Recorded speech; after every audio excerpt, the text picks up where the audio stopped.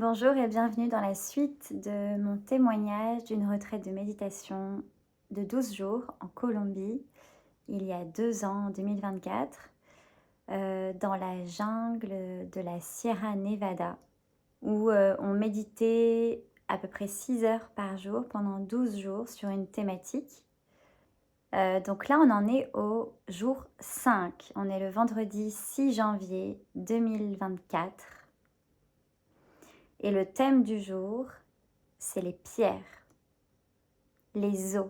On fait le parallèle avec les os, les pierres qui symbolisent les os chez les êtres humains. La consigne du Mamo, du sage, c'est de se concentrer sur les os, sur la douleur des os et de les mettre en parallèle avec les pierres de la terre. Et ensuite, dans la deuxième étape de la méditation, dans le soin, la limpieza, le nettoyage, on va soigner les os et les maladies de nos os et les pierres. Donc la première étape commence, l'étape des pensées. Je me concentre sur mes os, les os de mon corps. Je visualise mes petits os de bébé dans le ventre de ma mère. Et je pense aux pierres. Je me concentre sur les pierres. Je me dis que les pierres, elles sont, simplement. Elles sont là. Elles sont un soutien, un appoyo. Et qu'elles peuvent se transformer en maison. Elles nous accueillent depuis le début. Elles sont authentiques. Elles sont pleines. Elles sont denses. Elles sont la structure. Elles sont puissantes. Elles peuvent casser tout ce qui n'est pas pierre. Et elles peuvent aussi être érigées en mur pour séparer les humains. Elles sont à la terre ce que les os sont pour moi, ma structure qui me permet de tenir debout. J'ai une pensée aussi pour les invertébrés. Les pierres, elles peuvent traverser le temps partout, qu'importe le climat, et changer de forme. C'est la différence avec nous, les humains. Je me dis que si le climat ne me plaît pas à moi, mes jambes sont là pour me déplacer jusqu'à ce que je puisse respirer à nouveau. Les pierres nous soutiennent, elles nous donnent aussi des leçons. Quand elles nous font glisser pour nous réveiller quand on est pris dans nos pensées, endormis par nos égos saboteurs. Je pense à ma chute d'un rocher sur la côte sauvage au Pouliguen, quand j'ai mésestimé sa solidité pour recevoir mon poids. Et je repense au fait qu'au bout de quelques mètres de hauteur, j'étais encore plus sûre de moi. Et que dans un élan d'adrénaline, j'avais saisi une bonne prise que je n'avais pas vérifiée avant d'ajouter mon poids. Et que la prise, elle était restée dans ma main. Je repense à ce souvenir et je sens à nouveau ce que ça m'a fait ce jour-là. J'avais senti mon corps qui s'était éjecté en arrière. La prise avait lâché. Et j'étais dans le vide et je me souviens que mon instinct de survie et de protection de mes propres os m'a crié de me redresser le plus possible pour tomber sur mes jambes. Je m'étais vue tomber totalement horizontale et je craignais une fracture et une paralysie. Et j'ai remercié mon corps ce jour-là pour ce simple blocage du dos et mes vertèbres qui avaient été simplement tassées. Et j'ai reçu l'enseignement d'humilité pendant la chute, au moment de la chute, que j'avais eu trop confiance. J'avais été trop sûre de moi. Je pense aux pierres qui nous permettent de prendre de l'altitude sur leur montagne pour faire des rétrospectives, voir tout le chemin parcouru pour arriver là, en haut, et trouver là-haut l'énergie et l'envie de regarder devant. Je pense aux pierres qui nous font jouer comme des enfants en bâtissant les petites tours de pierre en équilibre sur les chemins. ou en plongeant à coups de ricochet dans les rivières. Je note que c'est drôle parce qu'aujourd'hui même, pour ce 5e jour, j'ai justement changé de pierre parce qu'il y a 2 participants qui ont abandonné la retraite et le mamo, le sage, voulait réordonner nos places. Soso, elle était venue se mettre à côté de moi et on était trop proches. Elle avait une énergie assez intense et moi j'avais besoin de ma bulle. Et donc j'étais allée 2 pierres plus loin pour cette méditation précisément. Et quand j'ai salué cette nouvelle pierre, j'avais senti un nuage d'amour m'envelopper de l'intérieur. Et on était toutes les 2 dans son énergie protectrice, sacrée. Je pense aux expressions françaises avec le mot pierre. Je pense à pierre qui roule n'amasse pas mousse. Une pierre, 2 coups. Mettre sa pierre à l'édifice. Jeter la pierre. Avoir un cœur de pierre. Et je bloque sur l'expression pierre qui roule n'amasse pas mousse. Et c'est la première fois que je m'attarde sur cette expression. Et à ce moment-là, je vois l'évidence que c'est l'équivalent de tout vient à point, à qui c'est attendre. Les pierres sont partout, sur les chemins, sur les littoraux, dans les routes, dans les maisons et dans l'espace, nous offrant des spectacles d'étoiles filantes et nous apportant des fragments de lune après l'avoir heurtée. J'ai un petit fragment de lune comme ça à la maison. C'est comme ça qu'ils arrivent sur Terre, ces petits morceaux, touchés par des corps célestes qui ensuite viennent sur Terre. Et on le sait avec la composition. J'ai eu un petit doute en achetant ce petit morceau de lune, mais étant pleinement passionnée de la lune, je l'ai acheté. Ça me faisait plaisir de savoir que j'avais un bout de lune avec moi à la maison. Et j'avais acheté un tout petit microscope pour pouvoir regarder ce minuscule bout de lune que j'avais acheté. Je pense aussi à mon saut en parachute en pensant à l'espace. Ça me replonge dans ce moment magique. Je pense au fait que les pierres sont tellement diverses et qu'elles apportent des énergies précieuses. Et j'arrive un peu à bout de mon cheminement de pensée sur les pierres. Je ferme les yeux une dernière fois et je sollicite un message, une réponse pour inspirer la suite de ma méditation.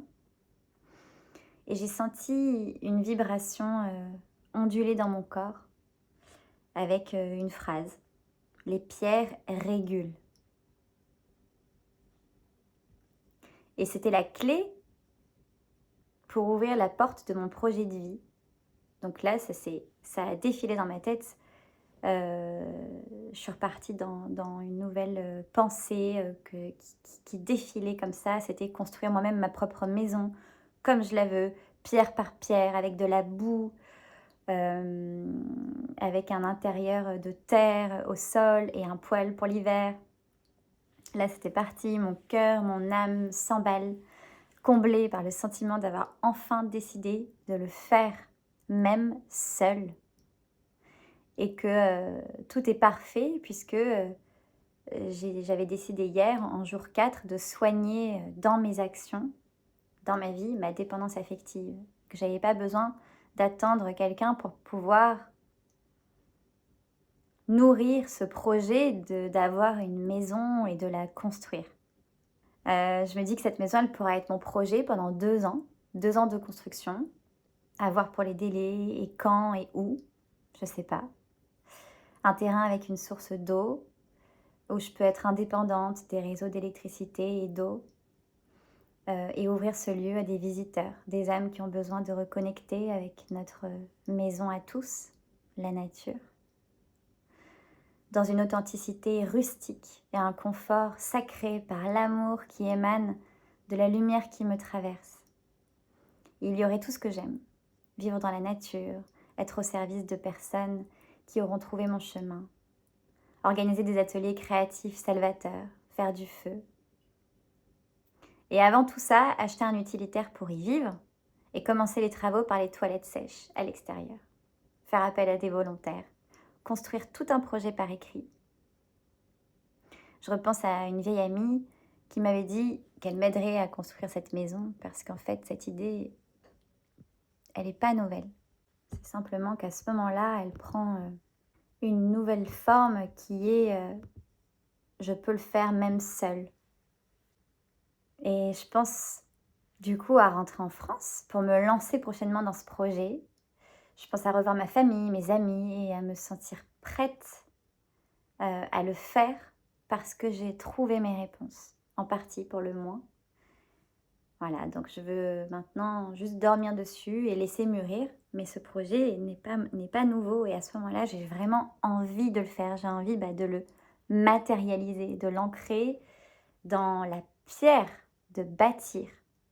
Après avoir pensé à tout ça, je m'ennuie un peu là dans la méditation. J'avais juste envie de rentrer et de réaliser le projet. C'est genre, donnez-moi un terrain, je vais vite empiler les pierres. J'avais cette image de moi qui empile les pierres de ma maison. Et c'était hyper nourrissant. Mais on est là aussi pour travailler la patience. Parce que l'impatience, c'est le terrain de l'ego.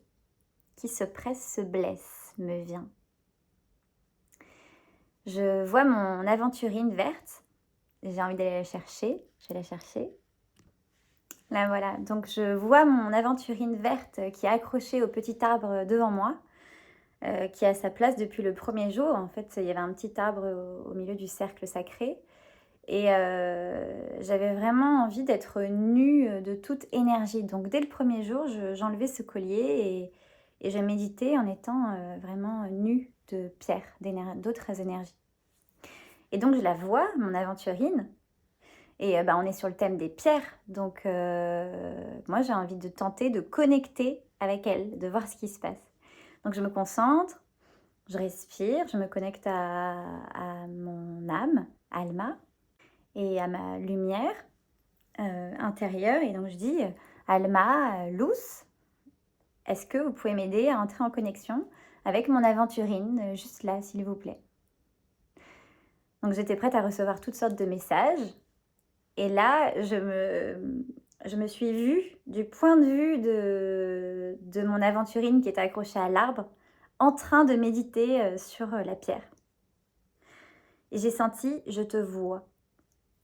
Et donc j'étais hyper contente parce qu'il m'avait semblé réussir de connecter avec ma pierre. C'était un grand moment.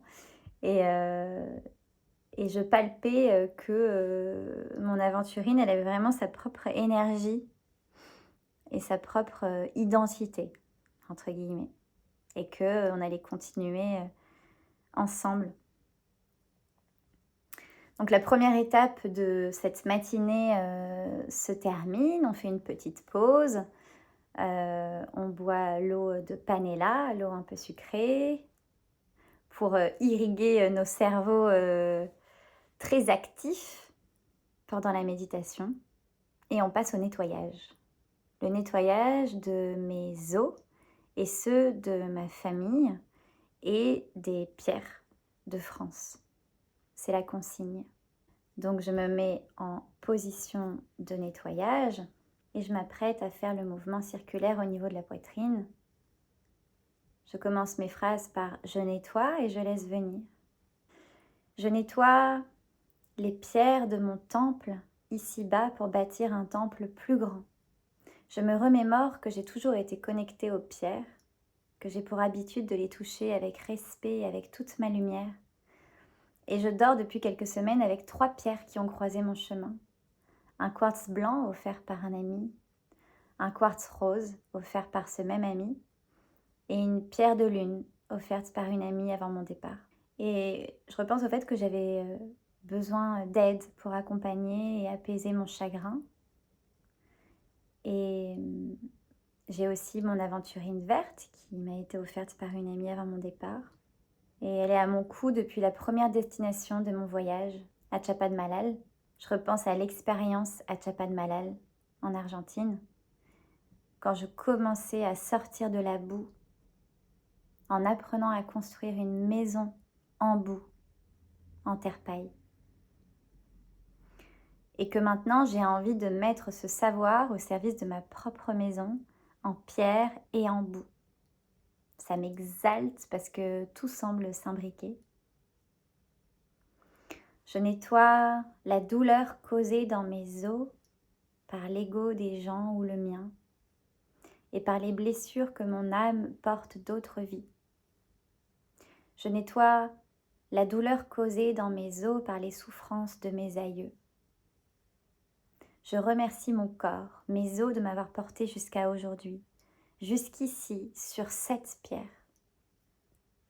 Je nettoie la négativité des pierres de mon propre temple, ici-bas, causée par mes propres peurs et celles de ma mère et celles de mon père. Je nettoie mes os de ma peur d'être seule, de me sentir seule et de ne pas y arriver seule. Je peux mettre de l'amour dans les pierres de mon temple d'ici-bas, dans mon corps, dans ma structure. Je peux mettre de l'amour dans mon cerveau, là où il y a le plus d'os, quand j'ai mal de trop penser. Je me rappelle que je ne peux pas être la guide à laquelle j'aspire sans guérir mon cœur du vide qu'il essaye de combler avec l'extérieur.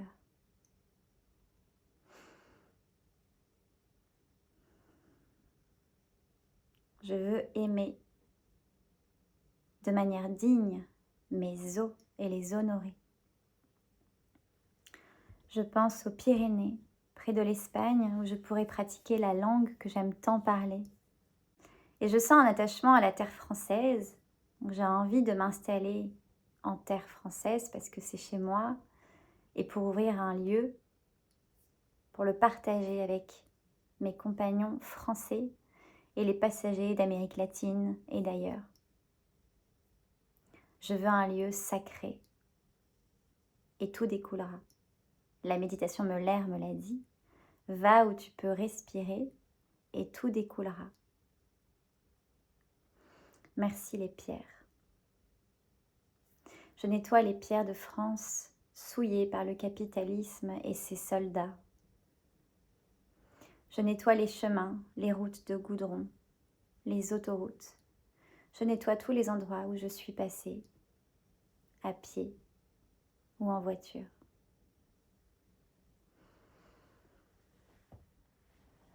Et après avoir nettoyé nos propres os, les os de nos ancêtres et de notre famille, et les os de notre pays, la méditation se termine. On va prendre un bain à la rivière et l'après-midi, c'est quartier libre. Ce jour-là, l'après-midi, j'ai peint un banc parce que comme j'avais pensé dans la méditation à la patience, et m'était venue cette phrase que la patience habite les âmes comblées. Ce que je retenais de cette journée, c'était surtout mon projet personnel de construire une maison et d'avoir envie de la bâtir pierre par pierre. Et la clarté avec laquelle ça m'apparaissait, c'était très inspirant et très net. Et ça me donnait la force tout à coup d'y aller, que ça faisait partie de mes projets. Après, peut-être pas tout de suite, mais en tout cas, que ce rêve, il avait le droit d'exister, même si j'étais seule à le porter, et que je pouvais le mener à bien dans la matière, même si je le porte seule.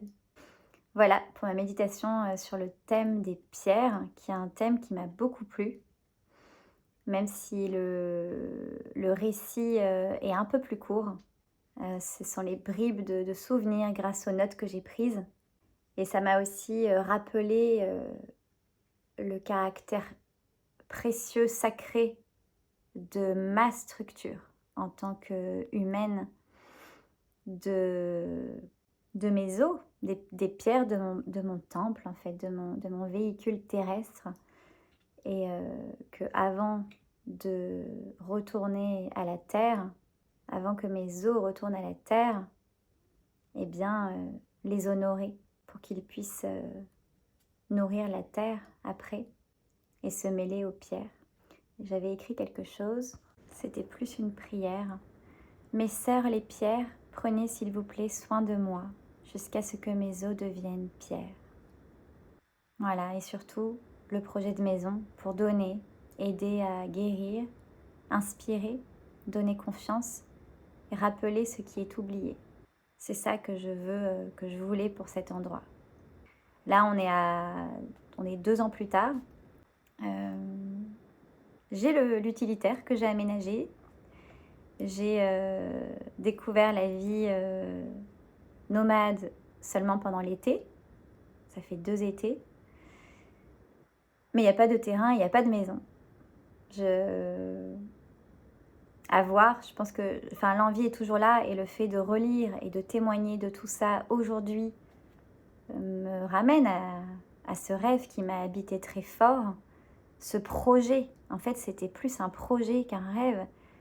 Et vraiment, en fait, d'où l'intérêt des notes.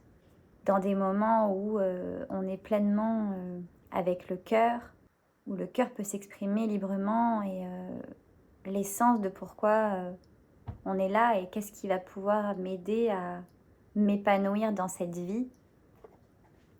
Donc ça me fait un petit rappel de ce projet que j'avais en tête et c'est aussi pour ça que je souhaite aller dans les Pyrénées avec le Kangoo aménagé et que je l'ai fait l'été dernier pour voir, pour prendre contact avec les Pyrénées où je me suis sentie assez chez moi. Donc il y a peut-être effectivement quelque chose là-bas à construire pour moi, mais ce n'est pas encore le cas. Merci pour ta présence. J'espère que ce récit sur les pierres a pu faire des miroirs intéressants. Et à la semaine prochaine pour le thème de la comida, la nourriture. À bientôt.